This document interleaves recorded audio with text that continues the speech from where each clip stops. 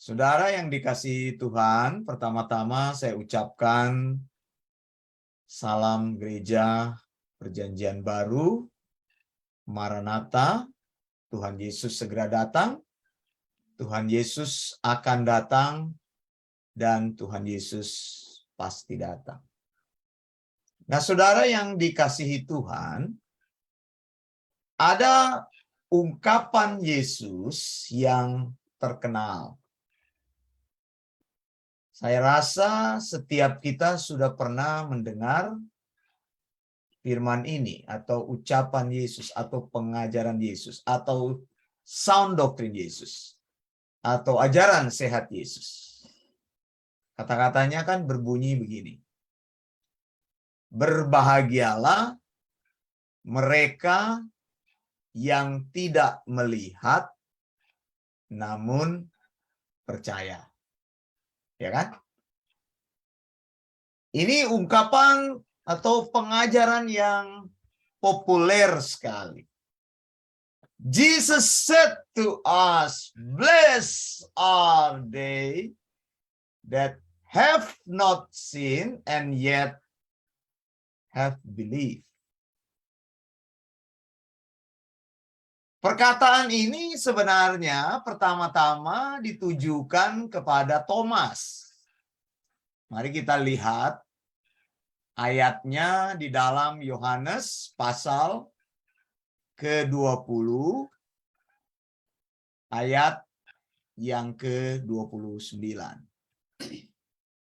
Ayatnya akan saya tampilkan supaya semuanya bisa melihat, membacanya bersama-sama. Yohanes pasal yang ke-20 ayat 29. Kata Yesus kepadanya, "Karena engkau telah melihat aku, maka engkau percaya." Ini ucapan Yesus kepada Thomas. Kemudian disambung lagi, berbahagialah mereka yang tidak melihat namun percaya. Nah, bagaimana mungkin ini bisa terjadi? Kita bertanya kan? Bagaimana mungkin seseorang tidak pernah melihat Yesus secara fisik, tapi percaya kepada dia? Bagaimana, saudara? Karena biasanya orang melihat dulu, baru percaya. Di dalam dunia hukum dikenal, fakta hukum itu harus ditemukan dulu, baru bisa ditegakkan. Prosesnya siapa yang bisa ditetapkan menjadi tersangka. Betul nggak? Itu adalah sebuah fakta, dan fakta itu adalah sebuah data. Nah, sekarang Yesus memberikan sebuah pengajaran yang melewati segala pemikiran-pemikiran ataupun alasan-alasan di dunia ini, bahwa Yesus katakan, "Blessed are they who did not see and yet believe." Berbahagialah mereka yang tidak melihat namun percaya. Nah, bagaimana saudara mau menjawab ini? Kalau saya tanya kepadamu, engkau tidak melihat namun percaya. Kalau saya tanya kepadamu, apakah engkau pernah bertemu dengan Yesus? Tidak tentu jawabannya. Dan Yesus itu kan masa lalu. Tahun kita hidup dengan tahun Yesus sangat jauh sekali berbeda. Bagaimana mungkin kita bisa mempercayai sesuatu yang tidak pernah kita lihat dan kita buktikan? Saudara yang dikasihi Tuhan, jawabannya itu di mana? Bagaimana caranya kita menjawabnya? Bagaimana, saudara, menjawabnya kalau ada pertanyaan seperti itu? Bagaimana engkau percaya, tapi engkau tidak pernah melihat? Tentu, saudara, jawabannya adalah dengan membaca, mempelajari apa yang dituliskan mengenai Yesus di dalam firman-Nya. Itulah satu-satunya kekuatan dan alasan kita untuk percaya. Makanya saya mau katakan kepada saudara bahwa Alkitab itu dari perjanjian lama, Kejadian, sampai perjanjian baru, kitab Wahyu adalah kitab yang kanon.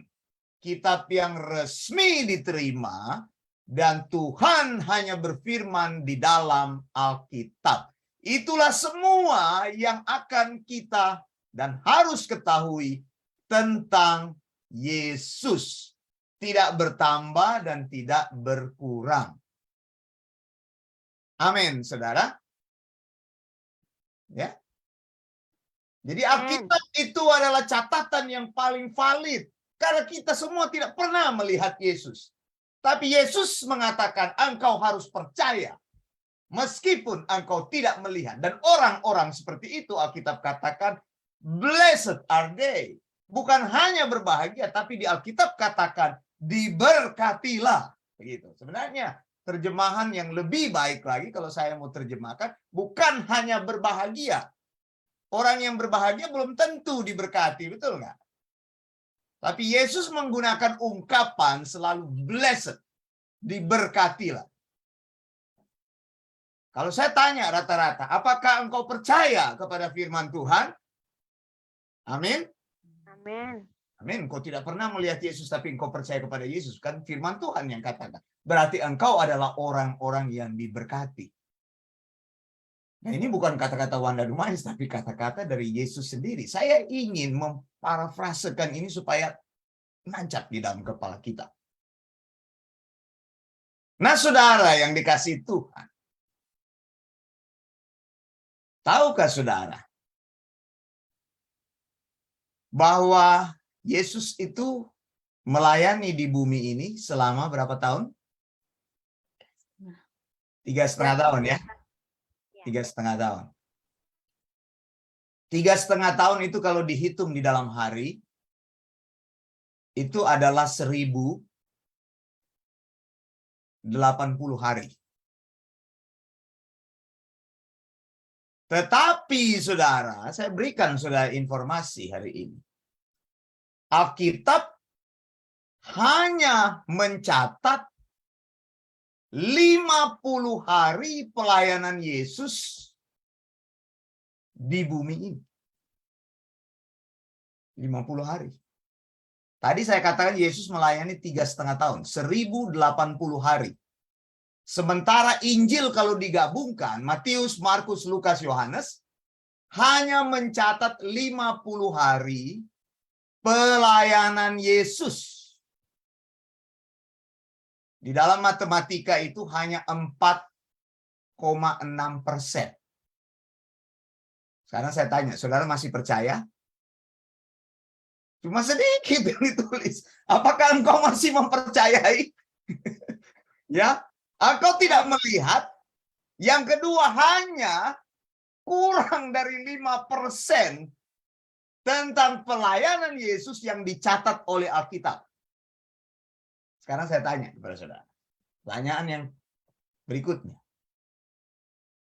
Menurut Anda, berapa banyak mujizat yang dicatat oleh Alkitab yang dilakukan oleh Yesus? Berapa banyak? Ini yang suka ngomong mujizat-mujizat. Mujizat itu nyata. Ada lagunya kan? Ya kan? Ada lagunya kan mujizat. Sekarang saya tanya, yang selalu ngomong mujizat ini, mujizat itu, berapa banyak sih Yesus melakukan mujizat di dalam Alkitab yang dicatat? Berapa banyak? Ada yang tahu nggak? Saya memeriksa di dalam Alkitab. Seluruh Alkitab hanya menuliskan mujizat yang Yesus lakukan hanya 35 mujizat. Hanya 35. Cuma sedikit, saudara. Dan mujizat yang dicatat di dalam kitab Yohanes yang baru kita baca, berapa? hanya 7 mujizat. Saya tunjukkan kepada saudara. Mungkin ini bisa dicatat ya. Angka 7 itu adalah angka yang spesial. Angka 7 sering disebut angka sempurna. Jadi Yohanes hanya menulis 7 minggu kehidupan Yesus. Itu sebabnya Yohanes menulis 7 tanda-tanda mujizat yang dibuat oleh Yesus. Yang pertama, minggu pertama, apa yang Yesus lakukan? Yaitu mengubah air menjadi anggur. Itu ada di dalam Yohanes 2, ayat 1-11. Minggu pertama ini. Tadi saya bilang ada 7 mujizat, berarti 7 minggu. Yohanes hanya mencatat 7 minggu. Kemudian mujizat yang kedua yang Yesus lakukan adalah menyembuhkan anak dari seorang pejabat. Itu ada di Yohanes 4, ayat 46-54. Ini minggu kedua. Minggu ketiga lagi Yesus melakukan mujizat. Mujizat apa itu? Menyembuhkan orang lumpuh. Ada di dalam Yohanes 5, ayat 1-9. Kemudian mujizat apa lagi yang saudara ingat? Mujizat memberi makan 5.000 orang. Minggu keempat. Ada di dalam Yohanes 6, ayat 1-15.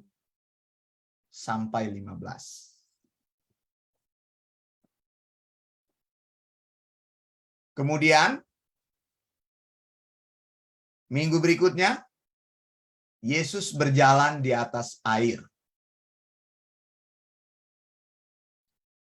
Yohanes 6, ayat 6-21. Yohanes 6, ayat 16-21. Lalu minggu berikutnya, Yesus menyembuhkan orang yang tadinya lahir buta. Yohanes 9, ayat 1-12.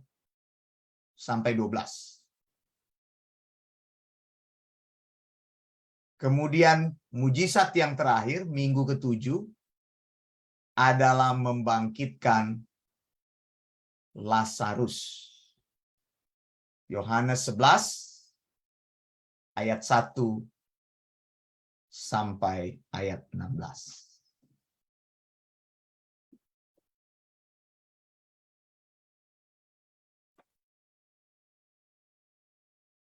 Jadi ada 7, saudara. Di dalam Yohanes. Keseluruhan mujizat Yesus 35 yang dicatat di dalam Injil. Nah, Yohanes hanya mencatat sebagian. Nah, sekarang saya ingin tunjukkan kepada saudara fakta-faktanya yang berikutnya. Coba kita lihat sekarang Yohanes pasal 20 ayat 30. Ada kata-kata yang Alkitab sampaikan kepada kita seperti ini. Memang masih banyak tanda lain yang dibuat Yesus di depan mata murid-muridnya yang tidak tercatat dalam kitab ini. Gitu ya. Tetapi semua yang tercantum di sini telah dicatat supaya kamu percaya bahwa Yesuslah Mesias Anak Allah, dan supaya kamu oleh imanmu memperoleh hidup dalam namanya. Nah, saya cross-check dengan pasal penutup. Yohanes pasal yang ke-21. Lihat ya. Dikatakan apa? Yang terakhir, Yohanes 21 ayat 25. Dikatakan begini. Masih banyak hal-hal lain lagi yang diperbuat oleh Yesus. Tetapi jikalau semuanya itu harus dituliskan satu persatu, maka agaknya dunia ini tidak dapat memuat semua kitab yang harus ditulis itu. Saya renung-renungkan ini. Tadi saya bertanya kepada Pendeta Erna, apakah Yohanes ini hanya membual atau memang sebenarnya yang Yohanes katakan? Yohanes bilang, kalau saya ingin menuliskan semua yang dilakukan oleh Yesus, maka dunia ini tidak dapat memuat semua buku itu. Anda bisa bayangkan betapa besarnya dunia ini. Tetapi dibandingkan dengan apa yang dilakukan oleh Yesus, ternyata Alkitab katakan bahkan dunia ini tidak mampu memuat semua pekerjaan-pekerjaan dari Yesus. Sekarang di kepala kita bermain sebuah pikiran. Betapa hebatnya Tuhan yang kita sembah. Artinya mulut kita, kata-kata kita, tulisan kita tidak cukup menggambarkan betapa hebatnya Dia. Anda sudah pernah masuk ke perpustakaan? Kalau belum, sering-sering masuk ke perpustakaan. Di perpustakaan itu kan banyak sekali bukunya.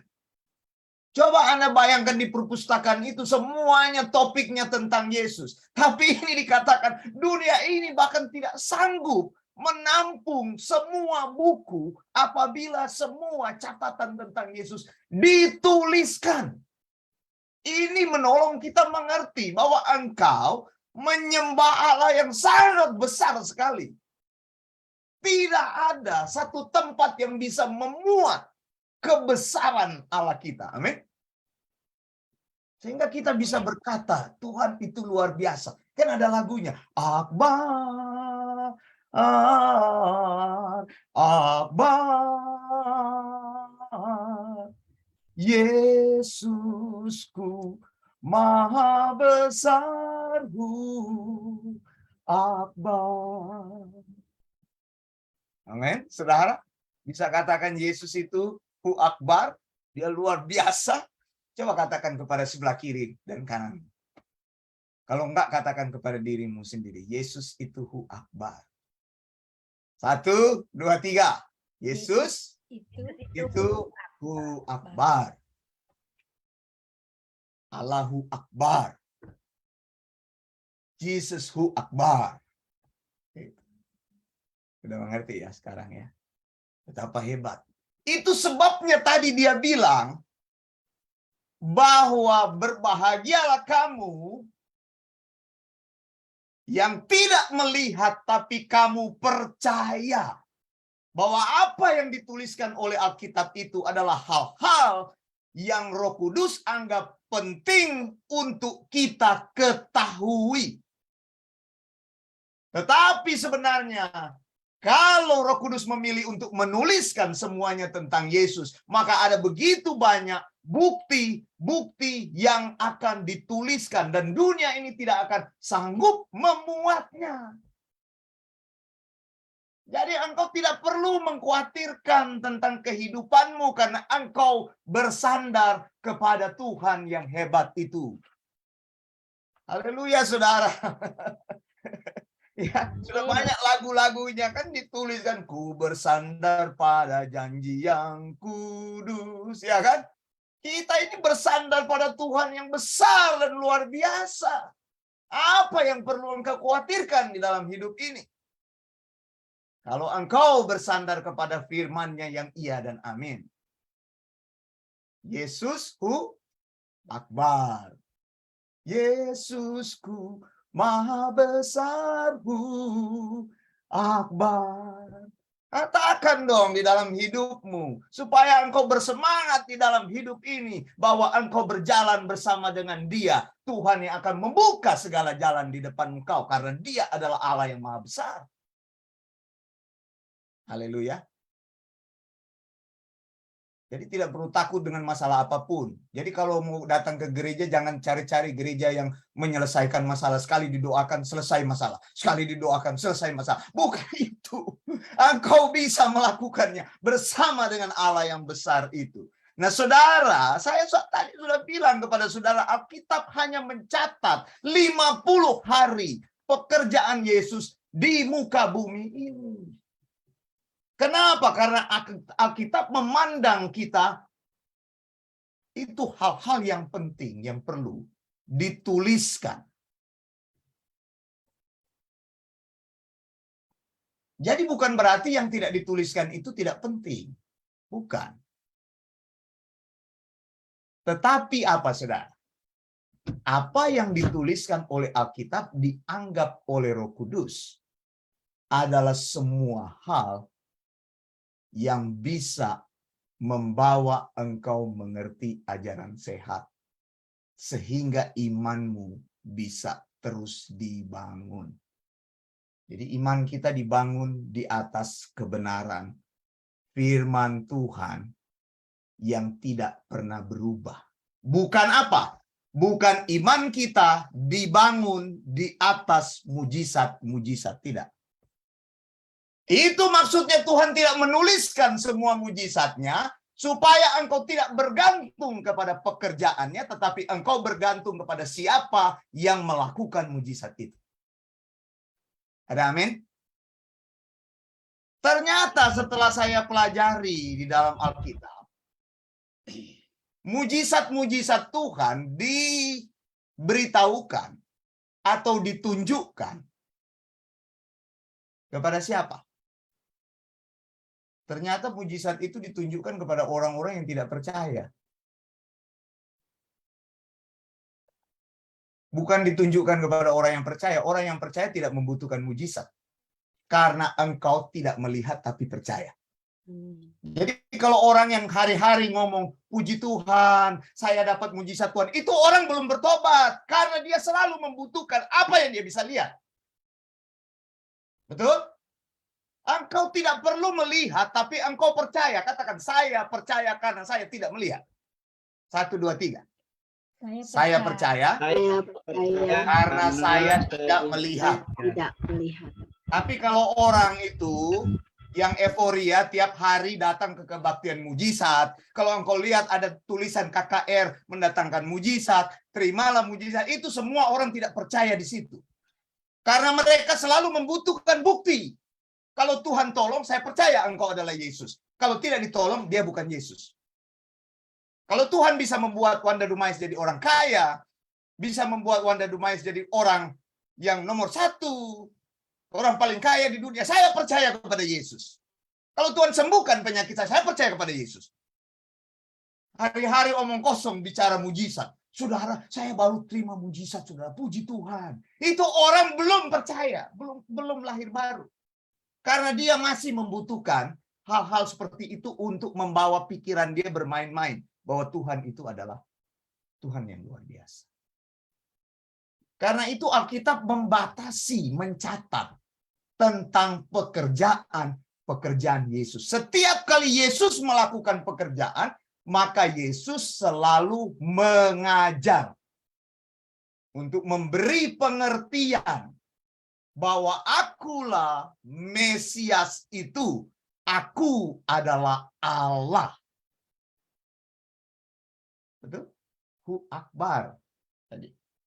Maka Yohanes bilang tidak ada dunia ini bisa memuat catatan tentang pekerjaan Yesus. Terlalu besar, terlalu banyak. Kalau saya suruh cerita, engkau coba cerita kebaikan Tuhan, pasti engkau akan nangis-nangis. Oh, luar biasa Tuhan. Oh, Tuhan itu besar sekali. Saya tidak bisa cerita kebaikan Tuhan. Ya, tapi jangan bikin dosa lagi begitu. Banyak orang gitu nangis-nangis buaya aja di dalam gereja. Habis itu bikin dosa lagi. Nanti bertobat lagi. Bikin dosa lagi. Bertobat lagi. Bikin dosa lagi. Bertobat lagi. Itu namanya tobat. Tobat, kumat. Tobat, kumat. Tobat, tobat, tobat, tobat, kumat. Tobat, kumat. Tobat, kumat. Tobat, tobat, tobat, tobat, kumat, tomat, tomat, tomat, tomat. Nah, itu saudara. Jangan begitu saudara. Saya dengar di Belanda banyak tomat. Mudah-mudahan tidak. Begitu tomat maksudnya. Nanti tanya sama Bu Nani begitu. Tomat maksudnya tomat untuk masak begitu. Begitu ya. Jangan saudara, jangan begitu. Tuhan itu terlalu luar biasa, terlalu banyak. Dan engkau tidak bisa menceritakan kebaikannya terlalu besar. Engkau tidak mengejar mujizatnya, tapi engkau mencari pribadinya. Haleluya. Mari kita katakan Yesus Hu Akbar. 1, 2, 3. Yesus Hu Akbar. Yesusku Maha Besar Hu Akbar. Saya serahkan kepada Pak Peter. Amin.